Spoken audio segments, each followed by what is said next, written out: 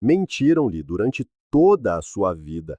Mentiram os seus pais, os seus professores, a sua cultura e os inúmeros filmes e canções que lhe vendem um sonho. Disseram-lhe que o casamento é a coroa do amor, a prova final de compromisso, a chave sagrada para a felicidade. Disseram-lhe que sem ele a sua vida está incompleta, o seu amor é indigno, a sua masculinidade está por terminar.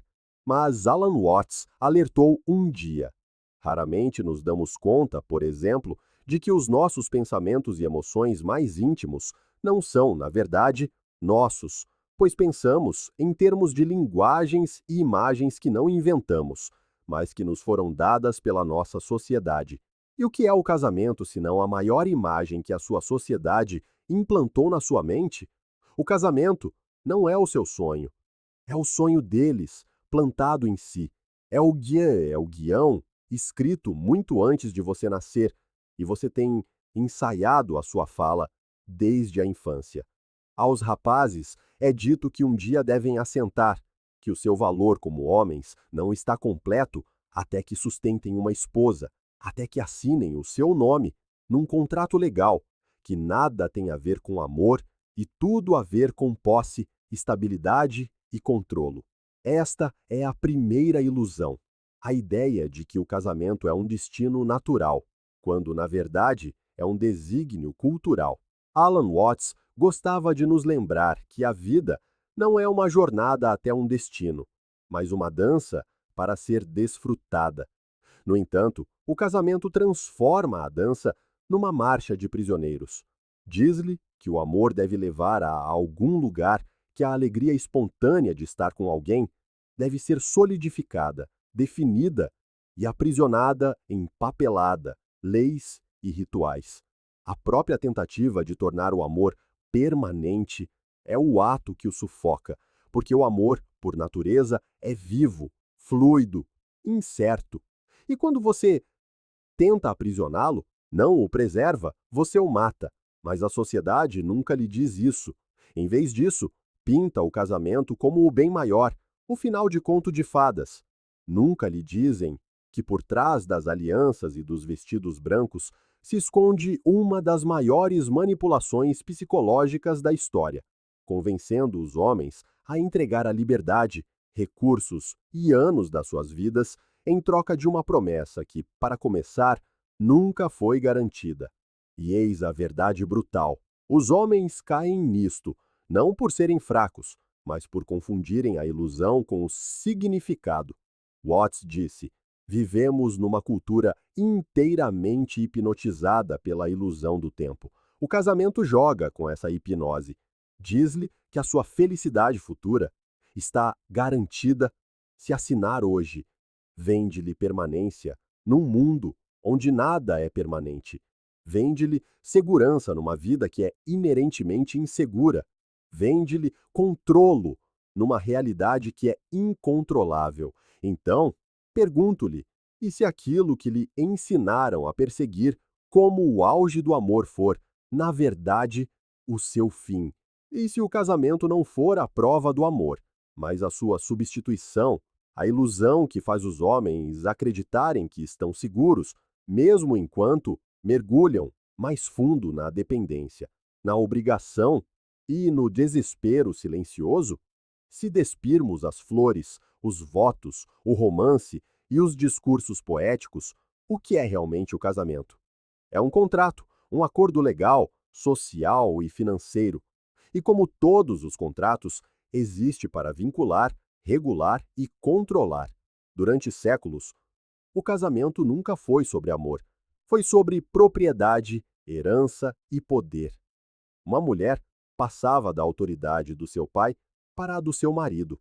A cerimônia não era uma celebração da paixão, era uma transação.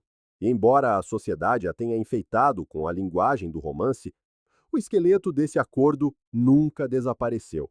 Alan Watts diria frequentemente que os seres humanos criam símbolos elaborados e depois confundem esses símbolos com a realidade. O casamento é o exemplo perfeito desta ilusão. O amor é uma realidade viva, quente, caótica, imprevisível e pulsante, mas o casamento é o símbolo. O anel, o contrato, a cerimônia, os papéis arquivados numa repartição do governo, nada disso é amor. São os símbolos que confundimos com o amor. E quando um homem confunde o símbolo com a realidade, ele sacrifica o que está vivo pelo que está morto. A sociedade depende desta confusão. Por quê? Porque o amor, se deixado por si só, é instável. Ele cresce, diminui, transforma-se, desvanece-se, regressa. O amor é imprevisível e pessoas imprevisíveis são difíceis de controlar. Mas o casamento transforma o amor em dever, e o dever é previsível. O dever torna os homens mais fáceis de governar, de tributar, de aprisionar em rotinas onde o seu poder pode ser colhido para o benefício das instituições. Você pensa que casou com uma mulher, mas, na verdade, casou com o sistema. É por isso que tantos homens sentem um peso invisível a oprimi-los depois que o brilho da lua de mel se desvanece. Não são apenas as expectativas das suas esposas, é a mão invisível da sociedade a sussurrar. Agora tens de sustentar, agora tens de obedecer, agora tens de carregar fardos com os quais nunca concordaste quando sentiste a primeira centelha de amor. A ilusão do casamento é que ele assegura a relação. Na realidade, ele assegura o homem ao Estado, às obrigações financeiras, aos papéis culturais. E, no entanto, os homens continuam a cair na armadilha. Por quê? Porque a ilusão é bela, porque o sonho de permanência é reconfortante. Watts salientou que os seres humanos temem tanto a incerteza que constroem sistemas elaborados para disfarçar. Fingimos que o tempo é linear e previsível, fingimos que as identidades são fixas e fingimos que o amor pode ser congelado no tempo através do casamento. Mas tudo isto é gestão do medo, não é a verdade. Pergunte a si mesmo, honestamente, quantos homens permanecem em casamentos não por amor, mas por medo? Medo da solidão, medo do julgamento, medo da ruína financeira, medo de perder o acesso aos seus filhos. E não é essa a própria definição de escravatura? Quando se permanece acorrentado, não porque se quer, mas porque se tem demasiado medo do que acontece se nos libertarmos. A ilusão do casamento, então, não é apenas sobre o amor, é sobre a identidade. A sociedade ensina-lhe que você não é um homem de verdade até ser um marido, que o seu valor está incompleto até ser escolhido por uma mulher e selado neste contrato. Mas aqui está o ardil. Fazem-no acreditar que precisa do casamento para ser validado. Na verdade, o casamento precisa de si para sobreviver. Sem homens que se prendam a esta ilusão, a instituição desmorona. Os homens não caem na ilusão do casamento porque são estúpidos. Caem porque a armadilha é escada com os seus instintos mais profundos. Um homem nasce com o desejo de proteger, de prover, de construir, de deixar um legado. Estes instintos, quando canalizados para um propósito, criam impérios, mas quando sequestrados pela instituição do casamento, criam escravidão. O primeiro instinto explorado é a proteção. Desde que você é rapaz, dizem-lhe que um dia cuidará de uma mulher, e o casamento apresenta-se como a expressão máxima desse dever. Ela torna-se sua responsabilidade, as emoções dela, o seu problema, as necessidades dela, a sua lista interminável de tarefas. Mas Alan Watts alertou: devemos abandonar a ilusão de que somos o eu permanente, que deve agarrar-se e controlar a vida. Quando um homem assume como missão controlar a felicidade de uma mulher através do casamento, ele vincula-se a uma ilusão que não pode ser cumprida. A felicidade dela não é permanente, nem a capacidade dele de a proporcionar. Quanto mais ele tenta segurar, mais a vida lhe escapa por entre os dedos. O segundo instinto explorado é o legado. Os homens querem deixar para trás algo que dure, e o casamento promete permanência-se, uma família, um nome, levado adiante, uma estrutura que o sobreviverá. Mas isto também é uma miragem. Quantos homens entregam as suas vidas, em nome da família, apenas para verem a estrutura desmoronar-se nos tribunais de divórcio? Quantos constroem lares para filhos que crescem a odiá-los? Quantos descobrem, tarde demais, que o seu chamado legado não passava de papelada, obrigações e promessas quebradas? Watts lembrava-nos frequentemente que a permanência é uma fantasia, que tudo na vida está em fluxo. Perseguir a permanência através do casamento é como tentar apanhar água com as mãos. Quanto mais apertado o punho, mais rápido ela escapa. E o terceiro instinto é o anseio por segurança.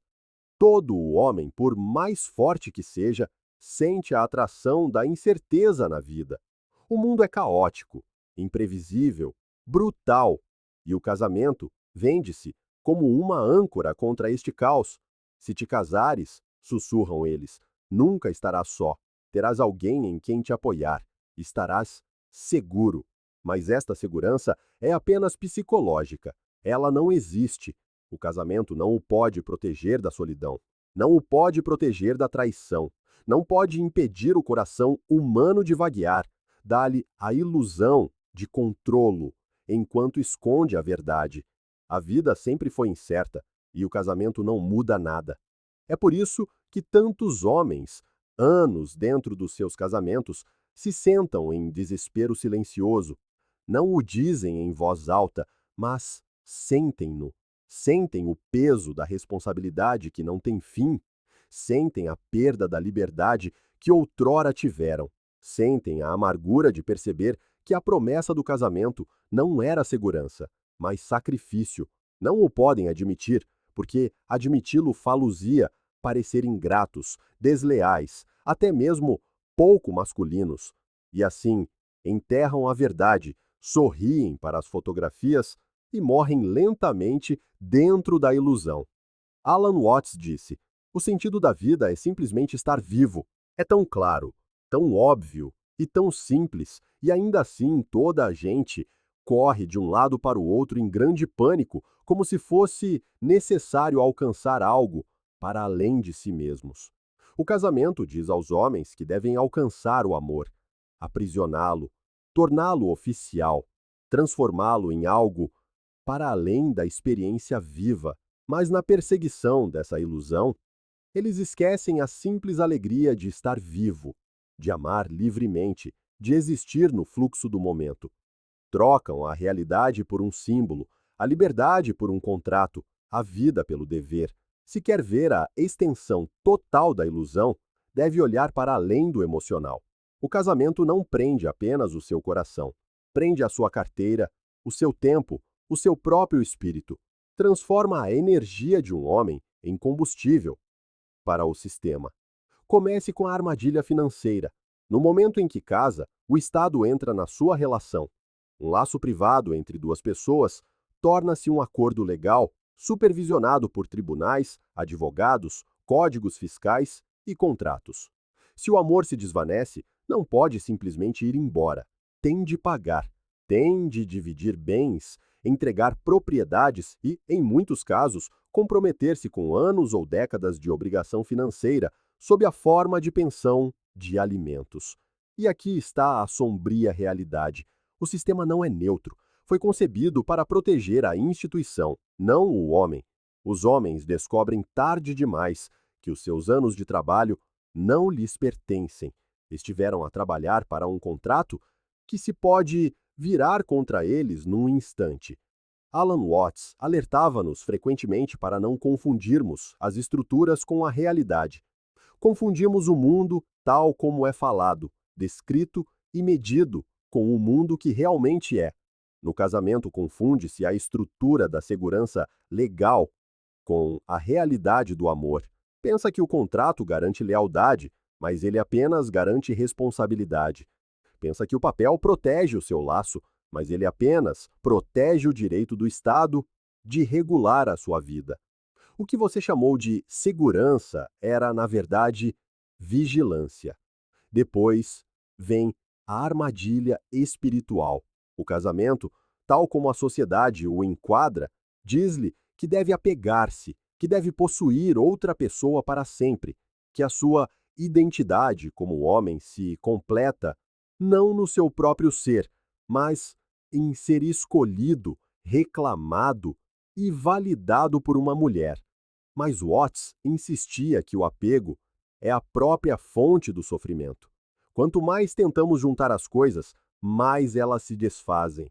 Ao tentar congelar o amor na permanência, transforma-se algo infinito em algo finito. Enjaula-se o que era para ser livre, e ao fazê-lo, destrói-se o próprio espírito que o tornava belo. E quanto ao seu tempo, as horas da sua vida, o seu recurso mais precioso, são lentamente consumidas em compromissos, obrigações e rotinas que, para começar, nunca foram suas.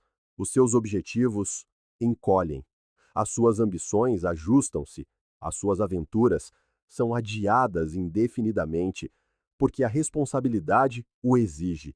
Mas pergunte-se: responsabilidade para com o quê? Para com quem? Está verdadeiramente a construir uma vida ou a manter uma ilusão criada para si? A parte mais trágica é esta: muitos homens conhecem a ilusão, sentem-na nos ossos, veem as fissuras na promessa e, no entanto, permanecem. Por quê? Porque a ilusão é mais fácil do que a verdade. A ilusão proporciona aprovação social, orgulho familiar, um sentimento de pertença.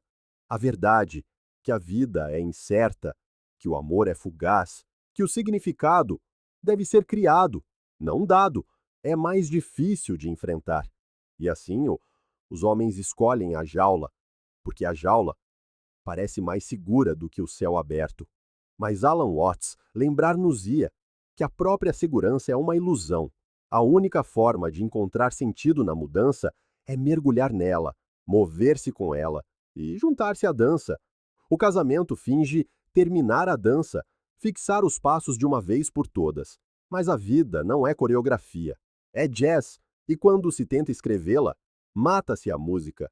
O custo mais profundo do casamento não é financeiro, nem sequer emocional, é existencial. A ilusão penetra no âmago de quem você é e remodela a sua identidade. Quando um homem entra no casamento, a sociedade já não o vê como um indivíduo. Ele já não é simplesmente ele mesmo. Ele é marido. Esse rótulo consome-o, e com ele vem um guião que ele não escreveu.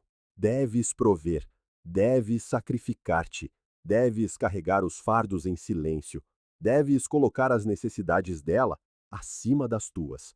O bom marido não é definido pela sua liberdade, mas pela sua obediência. O mundo aplaude o homem que se apaga pelo papel.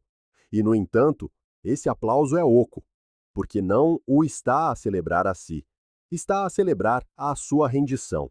Mas o amor nunca foi feito para o apagar. O amor, na sua forma mais pura, amplifica quem você é. É a celebração de dois seres livres que escolhem dançar juntos, não de dois prisioneiros acorrentados. Watts falava frequentemente sobre a futilidade de se agarrar à permanência. Ele rir-se-ia da nossa obsessão pelo para sempre, lembrando-nos que tudo está em fluxo, que a beleza da vida está na sua impermanência. No entanto, o casamento treina-o para construir toda a sua identidade na promessa de permanência, na fantasia de que se apenas se agarrar com força suficiente, nada mudará. E quando a mudança inevitavelmente chega, você sofre duas vezes. Primeiro pela perda e depois pela traição da própria ilusão.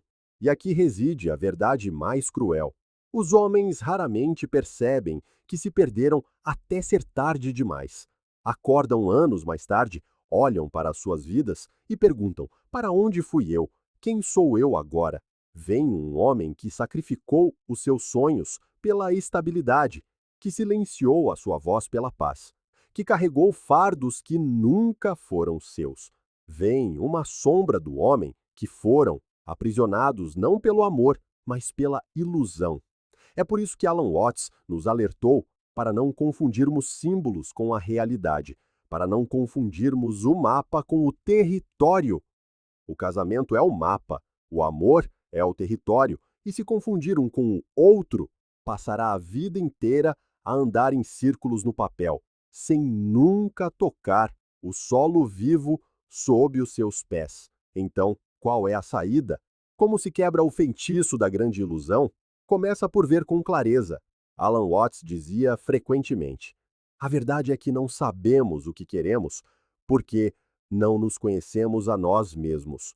Confundimos-nos com o papel que desempenhamos. E o casamento, mais do que quase qualquer outra coisa, é um papel. Marido, provedor, protetor. Quando se vê que o papel não é a realidade, a ilusão começa a desmoronar-se. O primeiro passo é separar o amor do contrato. O amor é livre, espontâneo, vivo. Não pode ser garantido por papéis ou promessas. No momento em que pensa que pode, está a confundir a jaula com o pássaro. Se o amor existe, não precisa de um certificado. Se não existe, nenhum certificado o pode conjurar. Este reconhecimento liberta-o da mentira de que casamento é igual a amor. Não é. O amor não precisa de nenhuma instituição. O segundo passo é reclamar a sua vida como sua. O seu propósito, a sua missão, a sua alegria não precisam de ser sacrificados no altar das expectativas de outra pessoa. Um homem que vive apenas para o papel de marido não está a viver, está a representar. E a representação pode render aplausos, mas não dá significado. Alan Watts lembrou-nos que o sentido da vida não se encontra na luta por um ideal artificial, mas em saborear a plenitude do momento. Este é o verdadeiro segredo da vida, dizia ele, estar completamente envolvido com o que se está a suceder no aqui e agora. O casamento diz-lhe que a realização reside no futuro, na permanência do laço, mas o aqui e agora já é suficiente. O terceiro passo é a coragem. Coragem para enfrentar a incerteza que o casamento tenta encobrir. Coragem para caminhar sozinho, se necessário. Coragem para amar sem correntes, para dar sem contratos, para viver sem a ilusão de permanência. Esta coragem é o que separa o homem livre do homem escravizado, porque o escravizado agarra-se ao símbolo, enquanto o homem livre dança com a realidade. E, finalmente, deve lembrar-se disto. A vida não é um problema a ser resolvido. Não é uma estrutura a ser construída. É uma canção a ser cantada, uma dança a ser dançada, um rio com o qual fluir. O casamento diz-lhe para resolver o problema da solidão, para construir a estrutura da permanência, para fixar o fluxo do amor em algo rígido. Mas quando se vê através da ilusão, percebe-se que nada precisa de ser consertado. O amor pode ser suficiente no momento em que está vivo, e quando muda, como todas as coisas mudam, você deixa-o ir e continua a dançar. Alan Watts ria-se da nossa obsessão pelo controlo. Porque via a piada de tudo isto. Passamos as nossas vidas a agarrar-nos a coisas que nunca podem ser seguradas. O casamento é a grande ilusão de controlo sobre o amor. Mas o amor não foi feito para ser controlado. Foi feito para ser vivido. Então, irmão, se ouve esta mensagem, deixe que ela o liberte. Deixe que ela o desperte. Você não precisa de se escravizar a uma instituição para provar que é um homem. Não precisa de um contrato para validar o seu amor. Não precisa de sacrificar a sua liberdade por uma ilusão. Viva, ame livremente, dance com a vida em vez de a acorrentar. E quando o fizer, descobrirá o que Watts sempre tentou mostrar-nos, que a própria realidade, sem ilusões, sem jaulas, sem contratos, já é suficiente. Se sentiu o peso destas palavras, não as guarde para si. Goste deste vídeo, partilhe-o com os homens que ainda dormem sob o feitiço e subscreva para mais verdades que rasgam as ilusões. E se quiser apoiar a missão, o link está na descrição.